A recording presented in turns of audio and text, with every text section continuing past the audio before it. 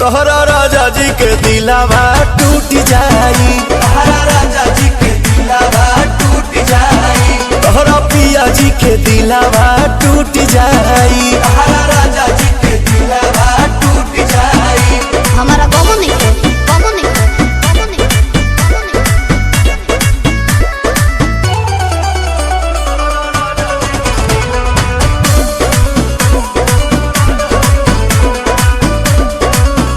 खिसियालू कहे रिसियालू कहे, गरम आलू तो फेंक देलू आलू कहे, दारू चालू तो बोलो ना जानू कहे, हमसे भइल बाटे भारी धोखा, एही आलू के मिस देब चोखा बुझाई।